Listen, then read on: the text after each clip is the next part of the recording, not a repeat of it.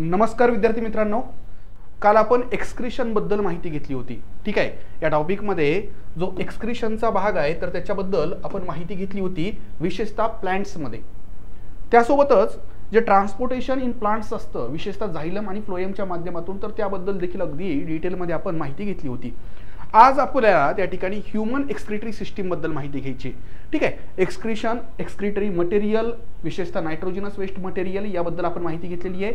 Human बॉडीमध्ये mainly जे काही महत्त्वाचे ऑर्गन्स आहेत, काय बरं महत्त्वाचे ऑर्गन्स आहेत एक्सक्रीशनसाठी युजफुल ठरणारे, तर त्याबद्दल देखील मी कालच्या लेक्चरमध्ये एक जनरल आयडिया दिली होती. त्याच्यामध्ये एक महत्त्वाचा अवयव सांगितला होता, तो म्हणजे लंग्स, ज्याच्या माध्यमातून CO2चं एक्सक्रीशन होत असतं. CO2 त्या ठिकाणी एक्झलेशनच्या माध्यमातून, उच्छवासाच्या माध्यमातून आपल्या शरीराबाहेर पडतो. त्यासोबत स्किन बद्दल आपण माहिती घेतली होती, ज्याच्या स्किन मधून बाहेर पडतो तो म्हणजे स्वेट, म्हणजेच घाम, आणि घामाच्या माध्यमातून देखील काही प्रमाणामध्ये वेस्ट मटेरियल बाहेर पडतं. लार्ज इंटेस्टाईन जे काही आहे, लार्ज इंटेस्टाईन मध्ये खरं तर पूर्ण डायजेस्टिव्ह सिस्टीमचाच याच्यामध्ये रोल असतो, पण शेवटी लार्ज इंटेस्टाईनच्या शेवटी जे काही मटेरियल राहतं तर त्याला फिकल मॅटर म्हटलं जातं. मराठीमध्ये त्याला विष्ठा म्हणतात. त्याला काय म्हणतात बरं? विष्ठा. तर ही विष्ठा देखील एक प्रकारचं एक्सक्रीशन किंवा एक्सक्रीटरी प्रोडक्ट आहे, वेस्ट मटेरियल आहे. आणि सगळ्यात महत्त्वाचा जो काही एक्सक्रीटरी ऑर्गन आहे ह्यूमन बॉडीमध्ये, तर तो आहे किडनी. तो काय बरं? तर किडनी. तर मेनली आपण ह्यूमन एक्सक्रीटरी सिस्टीम बद्दल जेव्हा माहिती घेणार आहोत, तर आपला मेन जो काही फोकस असणार आहे तर तो किडनी बद्दल असणार आहे. किडनीच्या सोबतच इतर जे काही त्या ठिकाणी सपोर्टिव्ह ऑर्गन्स तिथं असतात, उदाहरणार्थ युरेटर, युरिनरी ब्लॅडर आणि त्यासोबत युरेथ्रा, यांच्याबद्दल देखील आपल्याला माहिती घ्यायची. ठीक आहे. तर आपल्यासोबत बरेचसे विद्यार्थी मित्र इथं जोडले गेलेले आहेत. आता मी जे तुम्हाला म्हटलं की एक्सक्रीटरी ऑर्गन्स ह्यूमन बॉडी, तर त्याच्यामध्ये किडनी हा एक मेन ऑर्गन आहे. आणि किडनी काय करते, तर किडनी आपल्या बॉडीमध्ये जे काही ब्लड आहे, आता हे ब्लड जे आहे तर ते हळूहळू इम्प्युअर होत असतं. इम्प्युअर होतं म्हणजे काय, तर त्याच्यामध्ये बरंचसं वेस्ट मटेरियल तयार होतं. विशेषतः याच्यामध्ये युरिया असतो. ठीक आहे. युरिया असतं, काही इतर मिनरल्स वगैरे असतात. आता हे असं वेस्ट मटेरियल असणारं जे ब्लड आहे तर त्याला इम्प्युअर ब्लड म्हटलं जातं. याला काय म्हटलं जातं बरं? Impure blood. आणि साहजिकच आता आपल्या बॉडीमध्ये असं ब्लड फ्लो होणं हे काही चांगली गोष्ट आहे का बरं? तर बिलकुल नाही. मग अशा ब्लडला फिल्टर करणं गरजेचं आहे. जसं की आपल्या घरामध्ये फिल्टर असतं बघा, आपल्या घरामध्ये फिल्टर असतं आणि त्या फिल्टरमधून आपण इम्प्युअर वॉटर जे आहे तर ते प्युअर करून घेत असतो. बरोबर आहे. आता त्या फिल्टरमध्ये, आता हे समजा हे फिल्टर आहे, या फिल्टरला आपण या ठिकाणी वॉटर, इम्प्युअर वॉटर जे आहे ते जर सप्लाय केलं तर आपल्याला शेवटी प्युअर वॉटर भेटतं. पण त्यासोबत त्या फिल्टरमधून एक आउटलेट देखील असतं बघा, एक छोटीशी ट्यूब आपण बाहेर काढून दिलेली असते. ते जे आहे ना तर ते वेस्टचं पाणी असतं. म्हणजे एकंदर त्या ट्यूबमधून जे काही वेस्ट असतं, जे काही त्या ठिकाणी त्याच्यातले इम्प्युरिटी असते तर ती बाहेर पडत असते. म्हणजे आपण हे प्युअर वॉटर पिण्यासाठी वापरतो आणि हे जे आहे तर ते बाहेर सोडून देतो. किडनी देखील याच एका फिल्टर प्रमाणे काम करते. या किडनीमध्ये येणारं जे ब्लड आहे ना तर ते इम्प्युअर ब्लड आहे. या किडनीमध्ये येणारं ब्लड जे आहे तर ते कसं आहे बरं? इम्प्युअर ब्लड आहे. आणि जे बाहेर पडणारं ब्लड आहे किडनीमधून तर ते मात्र प्युअर ब्लड आहे. मग इथं काय बाहेर पडतं, तर इथं किडनीमधून बाहेर पडतं ते म्हणजे युरिन. आणि ह्या युरिनमध्ये काय असतं, तर युरिनमध्ये वॉटर असतं आणि त्यासोबत युरिया आणि इतर वेस्ट मटेरियल असतं. आता तुम्ही म्हणाल वॉटर का बरं किडनीमधून बाहेर पडतं? मित्रांनो, एक लक्षात घ्या, कालच्या लेक्चरमध्ये मी तुम्हाला सांगितलं होतं, हे युरिया असो, युरिक ॲसिड असो, अमोनिया असो किंवा इतर जे काही वेस्ट मटेरियल आहे ना तर त्याला बॉडीच्या बाहेर फ्लश करण्यासाठी, बाहेर टाकण्यासाठी तुम्हाला त्याला डायल्यूट करणं आवश्यक आहे आणि त्यासाठी वॉटर मस्ट आहे. आणि म्हणूनच आपल्या युरिनमध्ये वॉटर असतं, ते गरजेचं आहे.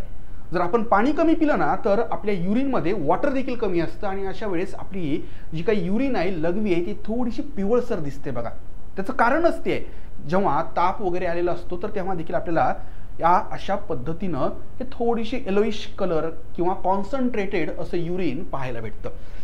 असो, तुम्हाला युरिनचं फॉर्मेशन हे किडनीच्या माध्यमातून कशा पद्धतीनं होतं आणि किडनी इम्प्युअर ब्लडला नेमकं प्युअर कसं करते हे जनरल आयडिया आलेली आहे. त्यानंतर लंग्सबद्दल मी तुम्हाला ऑलरेडी सांगितलेलं आहे. आपल्या बॉडीमध्ये आपल्या थोरेसिक कॅव्हिटीमध्ये 2 लंग्स असतात. लंग्स म्हणजे फुफ्फुस, ज्याच्या माध्यमातून या ठिकाणी ऑक्सिजन आपल्या ब्लडला भेटतो आणि CO2 जो आहे तर तो बाहेर पडतो. म्हणजे CO2चं एक्सक्रिशन वाया लंग्स थ्रू लंग्स होत असतं. स्किनच्या माध्यमातून घाम बाहेर पडतो आणि हा घाम जो आहे तर तो खूप वेगवेगळ्या पद्धतीनं आपल्या शरीराला उपयुक्त ठरतो. बऱ्याच वेळेस आपण घाम येऊ लागला की इरिटेट होतो बघा. आता इथं देखील बघा, आता इथं खूप मोठ्या प्रमाणामध्ये फोकस लावलेलं येतं. माझ्या समोर फोकस येतं, माझ्या वर फोकस येतं आणि इथलं टेम्परेचर वाढतं. बरोबर आहे. लाईटमुळं, खूप मोठ्या प्रमाणातल्या लाईटमुळं काय होतं बरं, टेम्परेचर वाढतं आणि हे टेम्परेचर वाढल्यामुळे इथं थोडंसं त्या ठिकाणी घाम जास्त येतो. पण आता हा घाम जो आहे तर तो जो काही येत असतो तर त्याचे महत्त्वाचे फायदे काय आहेत. घाम आल्यामुळं आपलं बॉडी टेम्परेचर कमी होतं. म्हणजे या ठिकाणी sweat secreted through skin is useful for maintaining our body temperature. आपल्या शरीराचं तापमान कमी करण्यासाठी, मेंटेन करण्यासाठी हा घाम उपयुक्त ठरतो आणि त्यासोबतच या घामाच्या माध्यमातून बरंचसं वेस्ट मटेरियल देखील आपल्या शरीराबाहेर पडत असतं. सॉल्ट्स वगैरे जे आहेत तर ते बाहेर पडत असतात. त्यासोबत मी तुम्हाला लार्ज इंटेस्टाईनचा देखील उल्लेख केलेला होता. त्याच्या माध्यमातून शेवटी फिकल मॅटर जे आहे तर ते बाहेर पडत असतं, ज्याला आपण विष्ठा म्हणतो. असो, यानंतर आपल्याला ह्युमन एक्सक्रिटरी सिस्टीम बद्दल पाहायचंय. कशाबद्दल पाहायचंय बरं, ह्युमन एक्सक्रिटरी सिस्टीम बद्दल पाहायचंय. आता याच्याबद्दल जेव्हा आपण पाहतो ना तेव्हा जे महत्त्वाचे ऑर्गन्स आहेत तर त्याच्याबद्दल आपल्याला स्टडी करावं लागेल. आपल्या विशेषतः एक्सक्रिटरी सिस्टीम, स्पेशली आपण युरिनरी सिस्टीम बद्दल जर बोलायचं झालं तर आपल्या युरिनरी सिस्टीममध्ये किडनी असतात. किती किडनी असतात बरं, 2 किडनी असतात. त्यानंतर युरेटर्स असतात. काय असतात बरं, युरेटर्स. त्यानंतर युरिनरी ब्लॅडर. काय असतं बरं, युरिनरी ब्लॅडर असतं आणि शेवटी युरेथ्रा असतो. आता गंमत बघा, या ठिकाणी हे ब्लड जे आहे ना किडनीमध्ये येतं. ब्लड, युरेटर्सची संख्या 2 असते, युरिनरी ब्लॅडर 1 असतं आणि युरेथ्रा देखील 1 असतो. ह्यांची संख्या देखील लक्षात ठेवा बरं बाळांनो. या ठिकाणी किडन्या किती असतात, 2. खरं तर आपण एका किडनीवर देखील जगू शकतो, पण निसर्गानं आपल्याला एक किडनी गिफ्ट दिलेली आहे, एक्स्ट्रा दिलेली आहे. कळलं का? त्याचं कारण काय होत असतं माहिती आहे का, आपल्या बॉडीमध्ये, आपल्या खाण्यामध्ये सतत काही ना काही टॉक्सिक मटेरियल येत असतं आणि मग त्याचा अंश ब्लडमध्ये जातो आणि ब्लडला फिल्टर करण्यामध्ये किडनी देखील डॅमेज होत असते. विशेषतः ड्रिंक करणाऱ्या माणसांच्या किडन्या खराब होतात, कारण त्यांच्या ब्लडमध्ये अल्कोहोलचं प्रमाण सतत त्या ठिकाणी राहतं आणि किडनीवर त्याचा ताण येतो. त्यामुळं अगदी निरोगी जगायचं असेल, किडन्या व्यवस्थित ठेवायच्या असतील तर कोणत्याही प्रकारचं व्यसन करायचं नाही, कोणत्याही प्रकारचं टॉक्सिक मटेरियल कन्झ्युम करायचं नाही. तर या ठिकाणी बघा, या ठिकाणी सगळ्यात पहिल्यांदा ब्लड जे काही आहे हे ब्लड कसं आहे बरं, इम्प्युअर ब्लड आहे. हे इम्प्युअर ब्लड किडनीमध्ये एंटर करतं. बरोबर आहे. किडनीमध्ये काय होतं तर किडनीमध्ये त्याचं फिल्ट्रेशन होतं. किडनीमध्ये काय होतं बरं, फिल्ट्रेशन होतं आणि फिल्ट्रेशन झाल्यानंतर 2 गोष्टी बाहेर पडतात. पहिलं म्हणजे प्युअर ब्लड. काय बरं, पहिलं प्रोडक्ट म्हणजे प्युअर ब्लड, पण त्यासोबत दुसरं प्रोडक्ट जे बाहेर पडतं तर ते असतं युरिन. बरोबर आहे. हे युरिन जे आहे तर ते वेस्ट आहे. प्युअर ब्लड मात्र पुन्हा एकदा शरीरामध्ये त्या ठिकाणी फ्लो व्हायला चालू होतं. आता हे युरिन डायरेक्ट शरीराच्या बाहेर पडतं का तर नाही. इथं या ठिकाणी तुम्हाला लक्षात यायला पाहिजे की युरिन जे आहे तर हे युरेटरच्या माध्यमातून किडनीमधून बाहेर पडतं. म्हणजे युरेटर हे काय बरं, त्या ठिकाणी ट्यूब लाईक स्ट्रक्चर येतं. एका किडनीमधून 1 युरेटर असतं, 2 किडन्यांमधून 2 युरेटर बाहेर पडतात. ओके, म्हणजे किडनीमध्ये तयार झालेलं युरिन हे युरेटरमधून कशामध्ये येतं तर युरिनरी ब्लॅडरमध्ये येतं. या युरिनरी ब्लॅडरला मराठीमध्ये म्हटलं जातं मूत्राशय. हे युरिनरी ब्लॅडर जे आहे ना तर हे असं पाऊच लाईक स्ट्रक्चर आहे बरं.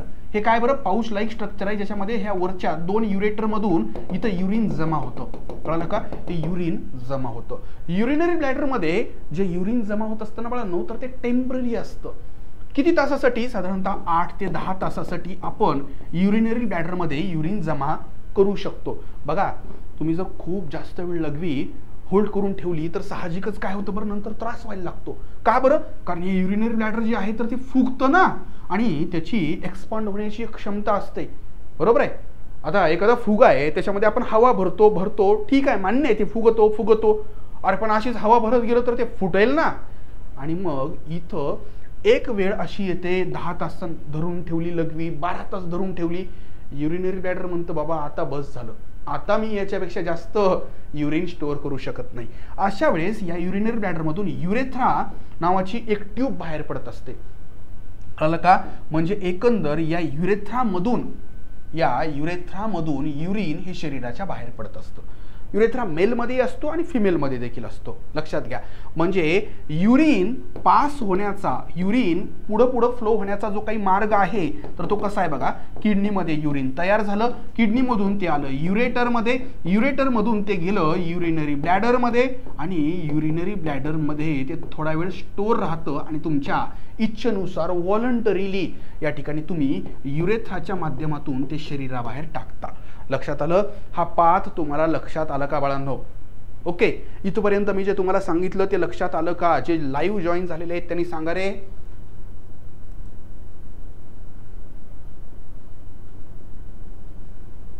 यस, स्वराली, रिद्धी, अनुष्का, समजलं का बाळा?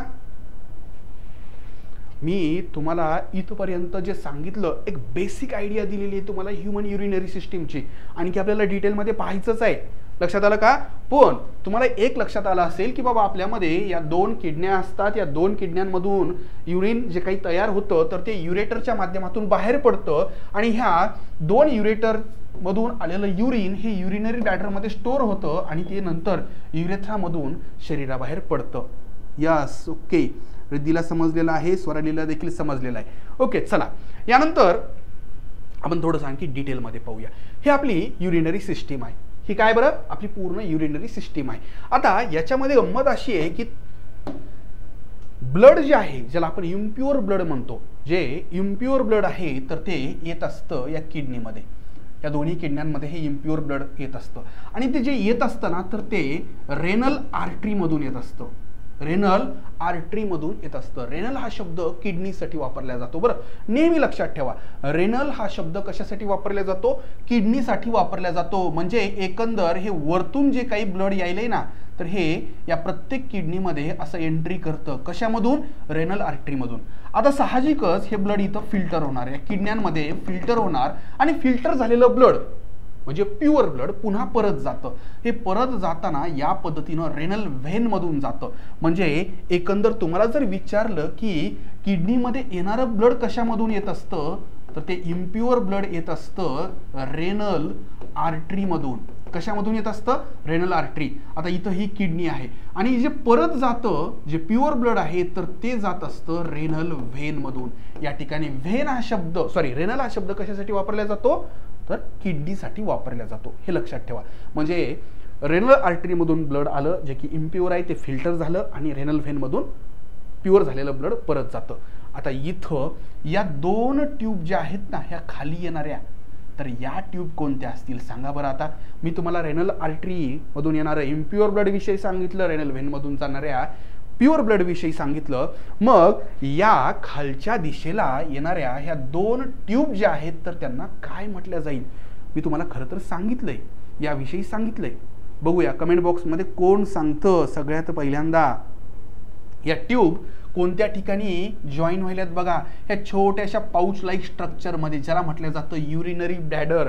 मग मला सांगा, किडनीमधून बाहेर पडणाऱ्या आणि युरिनरी ब्लॅडर पर्यंत त्या ठिकाणी अटॅच होणाऱ्या ज्या ट्यूब असतात, ज्यांची संख्या 2 आहे, इकडं आणि ही एक आणि ही एक, यांना कोणत्या नावानं ओळखलं जातं?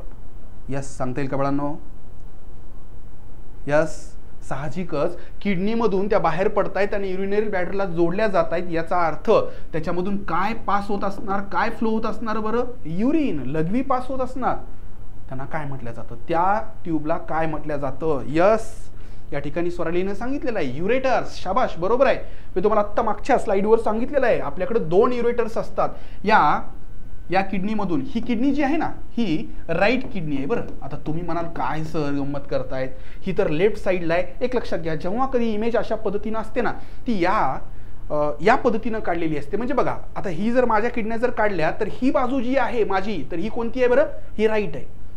बरोबर आहे. म्हणजे एकंदर तुम्हाला ज्या दिशा दिसत आहेत त्याच्या अपोजिट दिशा डायग्राम मध्ये कन्सिडर करायच्या. ही राईट किडनी आणि ही लेफ्ट किडनी. तुम्ही जर व्यवस्थित पाहिलं ना बाळांनो, तुम्हाला हे व्यवस्थित दिसायलंय ना? एकदा मला फक्त कमेंट बॉक्समध्ये सांगा. या ठिकाणी ही राईट किडनी जी आहे ना, हिची जर हाईट बघितली ना बाळांनो, तरी थोडीशी खाली आहे बघा. ठीक आहे, म्हणजे ही स्लाइटली त्या ठिकाणी डाऊनवर्ड्स आपल्याला पाहायला भेटते. त्याचं कारण काय माहिती आहे का, इथं एक भला मोठा असा ऑर्गन असतो ज्याचं नाव आहे लिव्हर. म्हणजे तुम्हाला जर विचारलं की अरे आपली उजवी किडनी थोडीशी खाली का बरं असते, तर त्याचं कारण काय बरं, त्या उजव्या किडनीच्या वरच्या भागात असतो लिव्हर नावाचा ऑर्गन, जो की एक खूप महत्त्वाचा ऑर्गन आहे. ती एक ग्लँड म्हणून देखील काम करत असते. म्हणजे कोणती किडनी आपली स्लाइटली डाऊनवर्डला असते बरं, तर ती राईट किडनी, कारण तिच्या वर असतो लिव्हर. आता आपली किडनी जी आहे ना, तर ती बीन शेपची असते, बीन शेपची. आणि हिची हाईट जी आहे ना, ही हाईट साधारणतः हाईट ही 8 ते 10 सेंटीमीटर असते. 8 to 10 सेंटीमीटर या किडनीची हाईट असते. ओके, त्याच्यानंतर ही थिकनेस हिची विड्थ जी आहे, विड्थ ही 5 ते 6 सेंटीमीटर आहे. आणि थिकनेस जी आहे ना, तर ती 2 to 3 सेंटीमीटर असते. बघा, आपली किडनी जी आहे ना, ही काय फार मोठी नसते, हार्डली एवढी असते, 10 सेंटीमीटर उंची. विड्थ जर बघितली तर ती 5 ते 6 सेंटीमीटर, आणि जाडी जर बघितली ना तिची थिकनेस, तर ती 2 ते 3 सेंटीमीटर.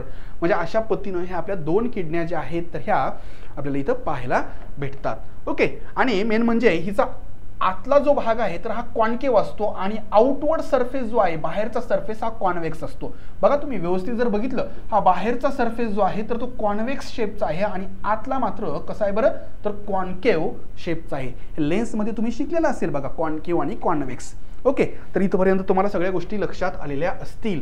आता या किडन्यांमध्ये सगळ्यात महत्त्वाचा जो भाग आहे ना, तर तो म्हणजे नेफ्रॉन. या ठिकाणी लक्षात घ्या, नेफ्रॉन हा इतका महत्त्वाचा आहे.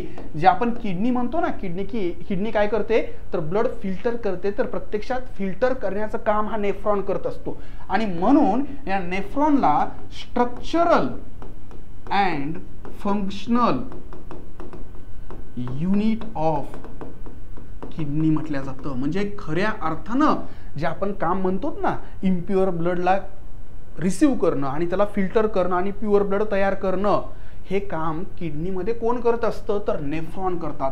आणि नेफ्रॉनची संख्या लाखोंच्या संख्येमध्ये असते बरं. नेफ्रॉनची एक साधी अशी डायग्राम काढतो बाळांनो, म्हणजे जेणेकरून तुम्हाला काय होईल माहिती आहे का, एकच नेफ्रॉन काढतो, सगळेच काही अशा लाखोंच्या संख्येमध्ये असतात, त्याच्यामुळे काही काढायची गरज नाहीये. तुम्ही म्हणाले हे तर फारच गुंतागुंतीचा प्रकार आहे. यस, थोडीशी डायग्राम किचकट वाटते, पण प्रत्यक्षामध्ये एकदा जर तुम्हाला ह्याचं फंक्शन जर समजलं ना, तर बिलकुल हा भाग अवघड नाहीये. तर हा एक नेफ्रॉन आहे. हा काय बरं, नेफ्रॉन. ह्याच्यामध्ये हा जो काही भाग आहे ना, हा कप शेप, ह्याला बोमन्स कॅप्सूल म्हणतात. याला काय म्हणतात बरं, बोमन्स कॅप्सूल. आता या बोमन्स कॅप्सूलच्या जवळ हा कॉन्व्होल्युटेड भाग आहे. कॉन्व्होल्युटेड म्हणजेच काय, असा वेटोळे असणारा भाग. कसा बरं, वेटोळे असणारा. इथं हा वेटोळे असणारा भाग आहे, आणि हा देखील एक वेटोळे असणारा भाग आहे. याला कॉन्व्होल्युटेड म्हणतात. ओके, अशा पद्धतीनं जो भाग असतो तर त्याला काय म्हणतात बरं, कॉन्व्होल्युटेड. आता बोमन्स कॅप्सूलच्या जवळ हा कॉन्व्होल्युटेड भाग आहे का, हा आहे बरं. यस, या ठिकाणी मी तुम्हाला जर म्हटलं की बाबा 1 आणि 2 हे असे 2 कॉन्व्होल्युटेड रिजन या कॅप्सूलमध्ये आपल्या नेफ्रॉनमध्ये पाहायला भेटतात. तर या बोमन्स कॅप्सूलला जवळ कोणता आहे, हा 1 आहे का 2 आहे, बघूया कोण कमेंट बॉक्समध्ये सांगतं. चला, तुम्ही अलर्ट आहेत ना. अगदी साधा प्रश्न विचारलेला आहे बघा, आणि त्याच्यावरून त्याचं नाव ठेवलेलं आहे. बघा, या ठिकाणी कॉन्व्होल्युटेड ट्यूब्यूल आहेत. हे 1 आणि 2 हे दोन्ही काय आहेत बरं, कॉन्व्होल्युटेड ट्यूब्यूल. ट्यूब म्हणजे ट्यूब्युलर स्ट्रक्चर, बरोबर आहे. ट्यूब म्हणजेच काय, ट्यूब्युलर स्ट्रक्चर. मग अशा वेळेस हा कॉन्व्होल्युटेड ट्यूब्यूल आणि हा कॉन्व्होल्युटेड ट्यूब्यूल याच्यापैकी या बोमन्स कॅप्सूलला जवळचा कोण आहे, हा 1 आहे का 2 आहे. यस, या ठिकाणी अनुष्कानं अगदी बरोबर सांगितलेलं आहे, 1. आणि या ठिकाणी जवळ असण्यासाठी एक शब्द वापरला जातो, आणि तो आहे प्रॉक्सिमल. तो काय बरं, प्रॉक्सिमल. म्हणजे 1चं नाव काय माहितीये का, प्रॉक्सिमल कॉन्व्होल्युटेड ट्यूब्यूल. ओके, बघा नाव किती विचारपूर्वक दिलेलं आहे त्यांनी. प्रॉक्सिमलचा अर्थ काय, जवळ असणे. कुणाच्या जवळ आहे, हा बोमन्स कॅप्सूलच्या जवळ आहे. मग 2 जे आहे तर त्याच्यासाठी कोणता शब्द वापरला जातो, तर 2 साठी वापरला जातो डिस्टल. डिस्टल म्हणजे दूर. पुढं काय बरं, कॉन्व्होल्युटेड ट्यूब्यूल. मग ह्याला काही शॉर्ट फॉर्म मध्ये आहे का, तर यस, प्रॉक्सिमल कॉन्व्होल्युटेड ट्यूब्यूल म्हणजेच PCT. या ह्याचं नाव काय बरं शॉर्ट फॉर्म मध्ये PCT. आणि याचं नाव काय आहे मग डिस्टल कॉन्व्होल्युटेड ट्यूब्यूल म्हणजेच काय DCT. लक्षात राहील का आता लक्षात राहील का बरं. या दोन्ही नावांच्या मागचा अर्थ मी तुम्हाला सांगितलंय बघा. PCT आणि DCT. PCT म्हणजे प्रॉक्सिमल कॉन्व्होल्युटेड ट्यूब्यूल की जो बोमन्स कॅप्सूलच्या जवळ आहे आणि DCT म्हणजेच काय तर डिस्टल जे की बोमन्स कॅप्सूल पेक्षा दूर आहे. मग हे जे काही आहे ना स्ट्रक्चर असं यू शेपचं हे लूप आहे बघा आणि हेनले नावाच्या शास्त्रज्ञानं ह्याला शोधलेलं आहे म्हणून ह्याला हेनलेज लूप म्हटलं जातं. ह्याला काय म्हटलं जातं हेनलेज लूप. आलं लक्षात. म्हणजे बघा बोमन्स कॅप्सूल हा पहिला भाग बघितला आपण, नंतर PCT पाहिला, नंतर हेनलेज लूप, नंतर DCT आणि या ह्याच्यामध्ये ही जी काही आहे डक्ट आहे ना ही एक ट्यूब आहे डक्ट आहे आणि हिच्यामध्ये युरिन जमा होत असतं म्हणून ह्याला कलेक्टिंग डक्ट म्हणतात. याला काय म्हणतात बरं कलेक्टिंग डक्ट म्हटलं जातं. म्हणजे तुम्हाला जर नेफ्रॉनचे भाग विचारले ना तर कोणते येणार बघा. सगळ्यात पहिल्यांदा Bowman's capsule. Okay Bowman's capsule नंतर येतं PCT, नंतर येतं लूप ऑफ हेनले, नंतर येतं DCT आणि नंतर येतं कलेक्टिंग डक्ट. आता तुम्ही म्हणाल सर हे सगळं सांगितलं पण इथं ब्लड फिल्टर कसं व्हायलंय. तर यस हे ब्लड कसं फिल्टर व्हायलंय हे मी तुम्हाला सांगतो. इथपर्यंत तुम्हाला नेफ्रॉनचं स्ट्रक्चर समजलं का. आपण हा जो काही कप सारखा भाग आहे ना याबद्दल पाहिलं ज्याला बोमन्स कॅप्सूल म्हणतात. त्यानंतर हा PCT पाहिला, नंतर लूप ऑफ हेनले पाहिला, नंतर DCT पाहिला आणि ही कलेक्टिंग डक्ट पाहिली. एवढं मिळून एक नेफ्रॉन झाला आणि असे एका किडनीमध्ये जवळपास 10 लाख नेफ्रॉन असतात. किती बरं 10 लाख नेफ्रॉन आपल्याला एका किडनीमध्ये पाहायला भेटतात. इथपर्यंत तुम्हाला समजलं का. आता आपल्याला प्रत्यक्ष हा नेफ्रॉन ब्लडला फिल्टर कसं करतो आणि युरिन कसं तयार करतो आणि प्युअर ब्लड कसं तयार करतो हे पाहायचंय.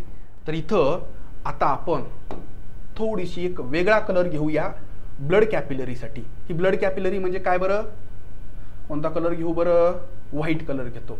खरं तर व्हाईट आता ब्लडसाठी घेणं चुकीचं आहे. मी रेड कलर घेतो.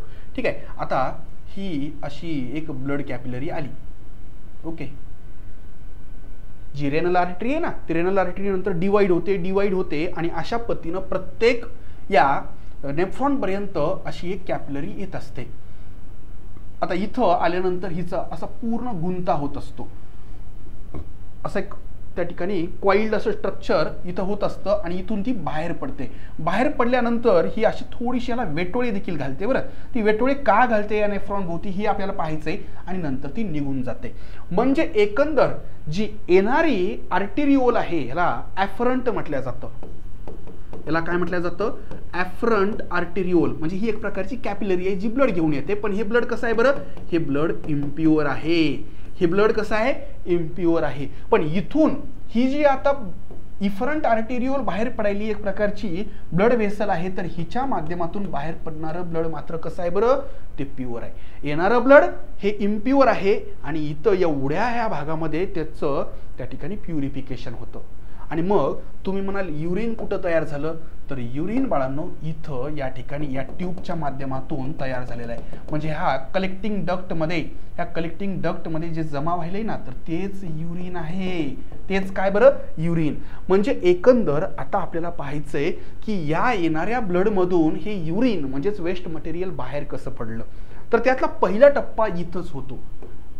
इथं काय होतं माहिती का प्रेशर वाढतं आणि ही जी ब्लड व्हेसल आहे ना तिच्यामधल्या बऱ्याचशा इम्प्युरिटीज म्हणजे जवळजवळ सगळ्या इम्प्युरिटीज ज्या आहेत तर त्या कशामध्ये येतात तर बोमन्स कॅप्सूलमध्ये येतात. ठीक आहे. इथं बोमन्स कॅप्सूलमध्ये ह्या जमा होतात. इथं जे काही जमा होतं ना तर त्याला फिल्ट्रेट म्हणतात. त्याला काय म्हणतात बरं फिल्ट्रेट म्हणतात. बघा मी काय म्हणतोय ही जी काही ॲफरंट आर्टेरिओल आली इथं त्यानं गुंता केला. आणखी एक महत्त्वाचा इथं जे काही हे बंच जे काही तयार व्हायला आहे गुंता तयार व्हायला आहे तर त्यालाही एक नाव आहे. त्याला ग्लोमेरुलस नाव आहे. त्याला काय नाव आहे ग्लोमेरुलस. मग या ग्लोमेरुलसमध्ये प्रेशर वाढतं आणि प्रेशर वाढल्यानंतर तुम्हाला माहिती आहे की आतल्या काही गोष्टी बाहेर पडणार. म्हणजे एखादी ट्यूब आहे, समजा एखादी तुमच्याकडे ट्यूब आहे, रबराची ट्यूब आहे, आणि त्या रबराच्या ट्यूबला छोटे छोटे छिद्र आहेत.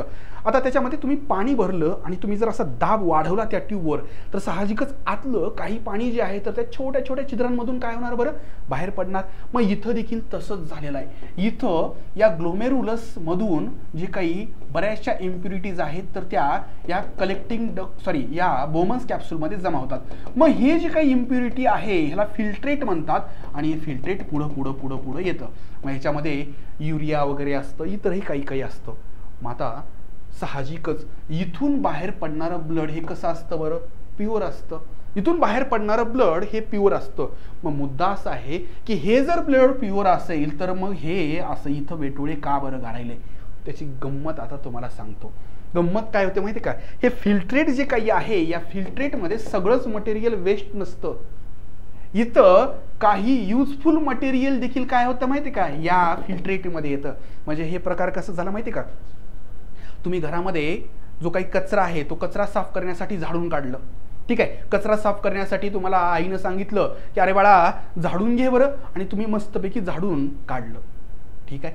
कचरा जमा केला, जो काही कचरा जमा केला तर तो म्हणजे फिल्ट्रेट आहे. आणि नंतर तुम्ही जेव्हा घरामध्ये परत आलात तेव्हा तुमच्या लक्षात आलं की अरे काही कामाच्या गोष्टी देखील त्या झाडण्यासोबत, त्या कचऱ्यासोबत घराच्या बाहेर टाकून देण्यात आलेल्या आहेत कचरा कुंडीमध्ये. आता तुम्ही काय करणार, आता त्या ठिकाणी तुमची आई तुम्हाला रागवणार. मग त्यासाठी तुम्ही काय करणार, तिथं जाणार आणि तिथल्या ज्या काही त्या कचऱ्यामधल्या चांगल्या गोष्टी आहेत त्या पुन्हा कलेक्ट करणार. इथं देखील तसंच आहे. या फिल्ट्रेटमध्ये काय झालेलं असतं माहिती का, काही युजफुल मटेरियल देखील असतं. आता या ब्लडला लक्षात येतं की अरे आपण बरंचसं युजफुल मटेरियल त्या फिल्ट्रेट सोबत, त्या वेस्ट मटेरियल सोबत बाहेर टाकलेलं आहे. मग अशा वेळेस ही ब्लड वेसल जी काही आहे तर ही इथं ह्याच्या भोवती फिरायला लागते, रिक्वेस्ट करते, अरे बाबा ते चुकून मी जे काही युजफुल मटेरियल आहे तुला दिलेलं आहे ना तर ते मला परत कर. म्हणजे एकंदर इथं पहिल्यांदा जे काही झाला टप्पा तर त्याला फिल्ट्रेशन म्हणतात. आता इथं जे काही व्हायलंय ना तर ते रिॲब्झॉर्प्शन व्हायलंय. म्हणजे फिल्ट्रेटमध्ये गेलेलं वेस्ट मटेरियल सोबत गेलेलं जे युजफुल मटेरियल आहे तर ते पुन्हा एकदा काय व्हायलंय बरं, तर ही जी काही ब्लड व्हेसल आहे जिला आपण इफरंट आर्टेरियोल म्हणतो ती पुन्हा एकदा रिॲब्झॉर्ब करायली, ठीक आहे. मग हा सगळा रिॲब्झॉर्प्शनचा टप्पा इथं होत असतो. इथं काही प्रमाणामध्ये यामध्ये सिक्रेशन होत असतं आणि शेवटी हे प्युअर ब्लड बाहेर पडतं. आता हे सगळं झाल्यानंतर साहजिकच शेवटी जे राहतं, युजफुल मटेरियल देऊन टाकलं, जे राहतं तर ते काय असतं, युरिन असतं. म्हणजे इथं आता तुम्हाला एक मुद्दा सांगतो, या सगळ्या प्रोसेसमध्ये कोणकोणत्या स्टेजेस आहेत. तर इथं फिल्ट्रेशन व्हायले, याला मी 1 नंबर म्हणतो. 1 नंबरची प्रोसेस जी आहे तर ती कोणती आहे बरं, फिल्ट्रेशन. दुसरी प्रोसेस जी आहे तर ती आहे रिॲब्झॉर्प्शन. तिसरी आहे सिक्रीशन. तिसरी कोणती आहे बरं, सिक्रीशन. या DCT भागामध्ये सिक्रीशन होतं आणि नंतर इथं एक्सक्रीशन होत असतं. म्हणजे बघा तुम्हाला जर विचारलं की आपल्या युरिन फॉर्मेशनमध्ये किती स्टेजेस असतात तर 4 स्टेजेस असतात. पहिला म्हणजे फिल्ट्रेशन. पहिला म्हणजे कोणता बरं, फिल्ट्रेशन. दुसरा कोणता आहे बरं, रिॲब्झॉर्प्शन. दुसरा आहे रिॲब्झॉर्प्शन. तिसरा आहे सिक्रीशन. तिसरा टप्पा आहे सिक्रीशन आणि चौथा आहे एक्सक्रीशन. चौथा कोणता आहे बरं, एक्सक्रीशन. इथपर्यंत लक्षात आलं का. यामध्ये फिल्ट्रेशन कुठं व्हायलंय तर फिल्ट्रेशन व्हायलंय बोमन्स कॅप्सूलमध्ये. फिल्ट्रेशन कुठं व्हायलंय, बोमन्स कॅप्सूलमध्ये व्हायलंय, ठीक आहे. त्याच्यानंतर रिॲब्झॉर्प्शन कुठं व्हायलंय, PCT आणि लूप ऑफ हेनले मध्ये व्हायलंय. त्याच्यानंतर सिक्रीशन कुठं व्हायलंय, DCT मध्ये व्हायलंय. लक्षात आलं का, यस लक्षात आलं का बरं. मी तुम्हाला काय काय सांगितलंय. या ठिकाणी 4 टप्पे आहेत या सगळ्या युरिनच्या निर्मितीमध्ये. फिल्ट्रेशन, रिॲब्झॉर्प्शन, सिक्रीशन आणि एक्सक्रीशन. हे सगळं कुठं व्हायले, हे नेफ्रॉनमध्ये व्हायले. नेफ्रॉनचे भाग कोणते आहेत, हा बोमन्स कॅप्सूल, हा PCT, हा लूप ऑफ हेनले, हा DCT आणि शेवटी हा कलेक्टिंग डक्ट. आणि इथं जे काही युरिन तयार व्हायले ना, ह्या हजारो लाखो नेफ्रॉनच्या माध्यमातून हे युरिन असं जमा होत राहतं आणि नंतर युरेटरमधून ते युरिनरी ब्लॅडरमध्ये जातं. बरोबर आहे, लक्षात आलं का. हे सगळं अगदी सोप्या भाषेमध्ये मी तुम्हाला समजावून सांगितलंय. काही डाऊट असेल इथपर्यंत तर मला विचारा. यस, रिधी समजलं का बाळा? अनुष्का समजलं का? चला आता आपण पुढचा भाग घेऊया. या ठिकाणी नेफ्रॉन, ऑलरेडी मी तुम्हाला सांगितलेलं आहे, nephron is a functional unit, structural and functional unit. Bowman's capsule बद्दल आपण बघितलं, जे की कप शेपचं आहे आणि इथं फिल्ट्रेशन व्हायले. त्यानंतर ग्लोमेरुलस, ग्लोमेरुलस म्हणजेच काय तर त्या कॅपिलरीचं, त्या ब्लड व्हेसलचं नेटवर्क. ओके, नेफ्रॉनचे पार्ट जर बघितले तर त्या ठिकाणी बोमन्स कॅप्सूल आहे, नंतर पीसीटी आहे, लूप ऑफ हेनले आहे, नंतर डीसीटी आहे आणि नंतर कलेक्टिंग डक्ट आहे. हे सगळे पार्ट पाहिलेत. शेवटी युरिन तयार होत असतं. हे युरिन काही चांगलं असतं का? बिलकुल नाही. हे एक वेस्ट मटेरियल आहे. त्याच्यामध्ये साहजिकच काही प्रमाणामध्ये वॉटर देखील आपल्याला सोडून द्यावं लागतं. आता इथं युरिनचा फ्लो कसा होतो ऑलरेडी सांगितले. किडनीमध्ये युरिन तयार झालं, नंतर ते जातं युरेटरकडं, युरेटरमधून ते जमा होतं युरिनरी ब्लॅडरमध्ये आणि नंतर युरेथ्रामधून ते शरीराबाहेर पडतं. दररोज साधारणतः जे युरिन तयार होत असतं तर त्याची क्वांटिटी जर बघितली ना तर ती साधारणतः 1.5 ते 2 लिटर असते. बरं, आपल्या शरीरामध्ये दररोज 1.5 ते 2 लिटर युरिन तयार होत असतं. आता गंमत अशी आहे की तुम्ही बऱ्याच वेळेस ऐकलं असेल, किडनी फेल झाली, किडनी फेल झाली. कशामुळे झाली? वेगवेगळ्या कारणामुळे किडनी फेल होत असते. ठीक आहे, मग आता अशा वेळेस काय करायचं? तंत्रज्ञान आहे ना, एक मशीन शास्त्रज्ञांनी बनवलेली आहे, तिला डायलिसिस मशीन म्हटलं जातं. तिला काय म्हटलं जातं? Dialysis machine. हे डायलिसिस मशीन किडनीचंच काम करते. म्हणजे ज्या पेशंटची किडनी फेल झाली ना तर त्या व्यक्तीला असं झोपवल्या जातं, त्याच्या शरीरामधून ब्लड काढल्या जातं. सगळंच एकदाच काढून घेत नाहीत बरं, सगळंच जर एकदा काढलं तर ते मरल ना पेशंट. मग अशा वेळेस अर्धा लिटर ब्लड काढलं जातं आणि त्या ब्लडला या डायलिसिस मशीनमध्ये फिल्टर केलं जातं. मग ते फिल्टर झालेलं, प्युअर झालेलं ब्लड जे आहे तर ते पुन्हा एकदा त्याच्या बॉडीमध्ये इन्सर्ट केलं जातं. म्हणजे बघा, टप्प्याटप्प्यानं ब्लड काढलं जातं, त्याला प्युअर केलं जातं, फिल्टर केलं जातं, जसं की किडनी करते, आणि पुन्हा एकदा ते काय केलं जातं? त्या व्यक्तीच्या शरीरामध्ये इन्सर्ट केलं जातं. अशा पद्धतीनं 3-4 सायकलमध्ये त्याच्या शरीरातलं सगळं ब्लड जे आहे तर ते काय केलं जातं? प्युअर केलं जातं, फिल्टर केलं जातं. साहजिकच या पद्धतीनं एका वेळेस 500 ml ब्लड म्हणजे अर्धा लिटर ब्लड काढलं जाऊ शकतं आणि मशीनमध्ये प्युअर केलं जाऊ शकतं. ओके, तर हे सगळ्या गोष्टी ज्या आहेत तर तुम्हाला समजलेल्या असतील. आपण ह्युमन एक्सक्रिटरी सिस्टीम पाहिलेली आहे. आता ह्याच्यानंतर नेक्स्ट लेक्चरमध्ये आपल्याला कंट्रोल अँड कोऑर्डिनेशन बद्दल पाहायचं आहे. त्याच्यामध्ये आपल्याला प्लांट्समध्ये ज्या काही मुवमेंट होतात, ट्रॉपिक मुवमेंट आणि म्हणजे ग्रोथ डिपेंडंट मुवमेंट आणि ग्रोथ इंडिपेंडंट मुवमेंटबद्दल पाहायचं आहे. त्याच्यामधल्या हार्मोन्सबद्दल पाहायचं आहे आणि ह्युमन नर्वस सिस्टीमबद्दल पाहायचं आहे, ज्याच्यामध्ये मग त्या ठिकाणी central nervous system, peripheral nervous system, autonomous nervous system अशा बरेचसे घटक पाहायचेत आणि स्पेशली ब्रेनचं स्ट्रक्चर देखील स्टडी करायचं आहे. तर या सगळ्या गोष्टी या ठिकाणी नेक्स्ट लेक्चरमध्ये होतील.